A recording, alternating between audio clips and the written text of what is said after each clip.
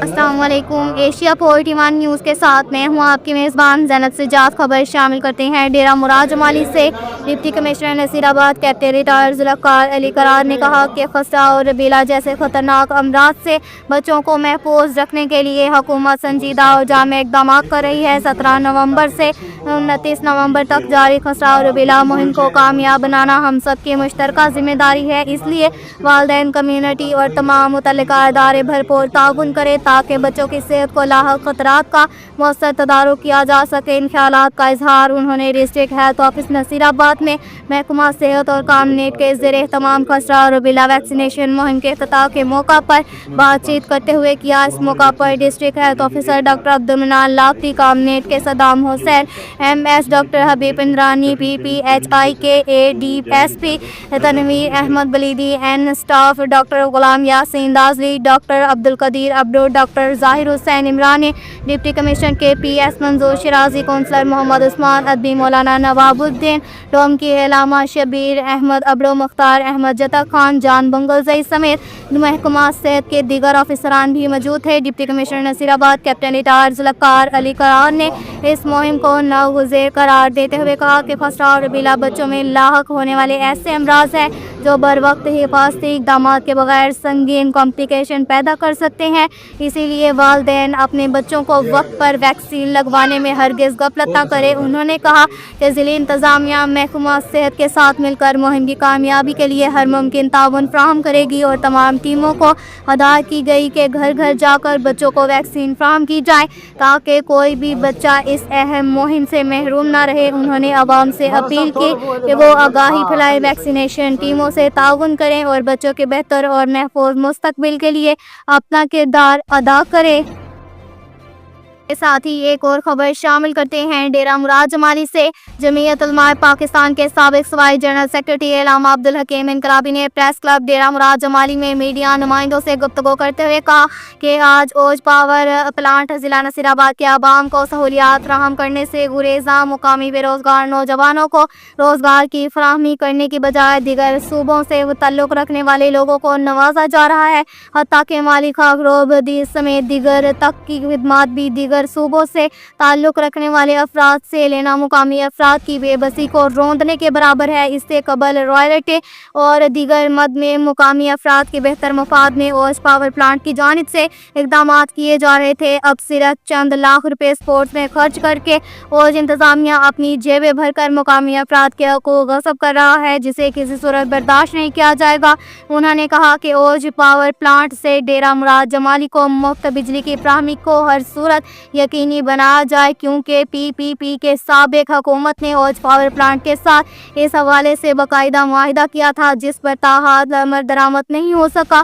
انہوں نے کہا کہ اوج پاور پلانٹ میں مقامی افراد کو روزگار دیا جائے، یہاں کے لوگ بے روزگاری کے باعث شدید مشکلات سے دوچار ہیں، جبکہ بھرتیوں میں غیر مقامی افراد کو ترجیح دینا مقامی آبادی کے ساتھ سراسر ناانصافی اور ظلم ہے، جسے کسی کا صورت قبول نہیں کیا جائے گا۔ علامہ عبدالحکیم انقلابی نے مزید کہا کہ صوبے میں پاکستان پیپلز پارٹی کی حکومت قائم ہے اور شہید بینظیر بھٹو نے اوج پاور پلانٹ سے ڈیرہ مراد جمالی کو مفت بجلی فراہم کرنے کا جو معاہدہ کیا تھا اس پر فوری عمل کیا جائے تاکہ عوام کو حقیقی معنوں میں ریلیف مل سکے۔ انہوں نے کہا کہ 5% بجٹ پر ترقیاتی منصوبوں، بنیادی سہولیات، صحت، تعلیم اور پینے کے صاف پانی کی فراہمی کو بھی یقینی بنایا جائے، کیونکہ عوام امن محرومیوں کا شکار ہیں۔ انہوں نے تشویش کا اظہار کرتے ہوئے کہا کہ اوج پاور پلانٹ سے نکلنے والی گرد و غبار اور مضر صحت دھواں ڈیرہ مراد جمالی کے عوام کے لیے بڑا مسئلہ بن چکا ہے، لیکن بدقسمتی سے پاور پلانٹ انتظامیہ کی جانب سے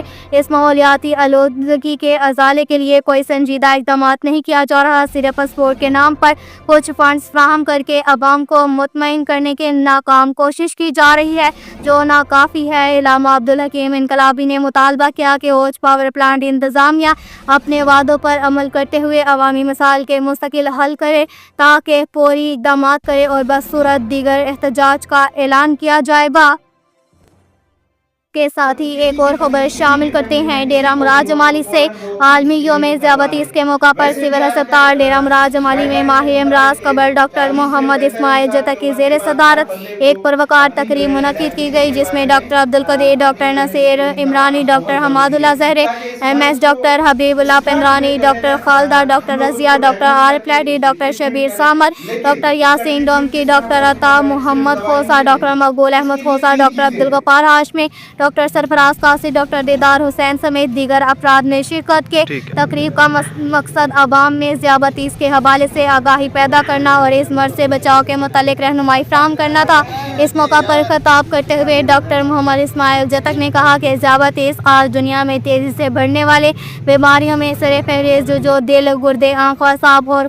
خون کی شریانوں کو مزید متاثر کرتی ہے۔ انہوں نے کہا کہ خاص طور پر 40 سے 45 سال کی عمر کے افراد کو چاہیے کہ وہ سال میں کم سے کم ایک مرتبہ ذیابیطس کی اسکریننگ ضرور کروائیں، کیونکہ بروقت تشخیص نہ صرف پیچیدگیوں سے بچاتی ہے بلکہ علاج کو بھی مؤثر بناتی ہے۔ ڈاکٹر محمد اسماعیل نے ذیابیطس کے مریضوں کے لیے احتیاطی تدابیر بتاتے ہوئے کہا کہ متوازن غذا، چکنائی سے پرہیز، روزانہ 30 منٹ کی واک، وزن میں تعدل، ذہنی دباؤ کم کرنا اور ڈاکٹر کی ہدایات پر عمل کرنا نہایت ضروری ہے۔ انہوں نے کہا کہ جن مریضوں میں شوگر کا لیول ہے قابو ہو جاتا ہے، وہ دل کے دورے، فالج، گردوں کے فیل ہونے اور بینائی کم ہونے کے خطرات سے دوچار ہو سکتے ہیں۔ اسی لیے ضروری ہے کہ مریض اپنے روزمرہ زندگی میں باقاعدگی اختیار کرے اور ادویات میں کسی قسم کی غفلت نہ کرے۔ عالمی یوم ذیابیطس کے حوالے سے ڈاکٹر محمد اسماعیل جتک نے کہا کہ اس دن کا مقصد لوگوں میں شعور بڑھانا ہے تاکہ وہ صحت مند طرز زندگی اپنائیں اور ذیابیطس جیسے خطرناک مرض سے محفوظ رہ سکیں۔ انہوں نے کہا کہ اگر معاشرہ اجتماعی طور پر آگاہی اور احتیاط کے عمل میں شامل ہو جائے تو اس بیماری کے پھیلاؤ کو بخوبی روکا جا سکتا ہے۔ تقریب کے اختتام پر واک اور کیک کاٹا گیا اور شرکاء نے اس عزم کا اظہار کیا کہ ذیابیطس سے بچاؤ اور آگاہی کے اس مہم کو گھروں، اسکولوں، دفاتر اور عوامی مقامات تک وسیع کیا جائے گا تاکہ زیادہ سے زیادہ لوگ اس کے نقصانات سے محفوظ رہ سکیں۔ اب تک کے لیے اتنا ہی کافی ہے۔ مزید خبروں کے لیے ہماری ویب سائٹ www.asia41.tv وزٹ کریں۔ اللہ حافظ۔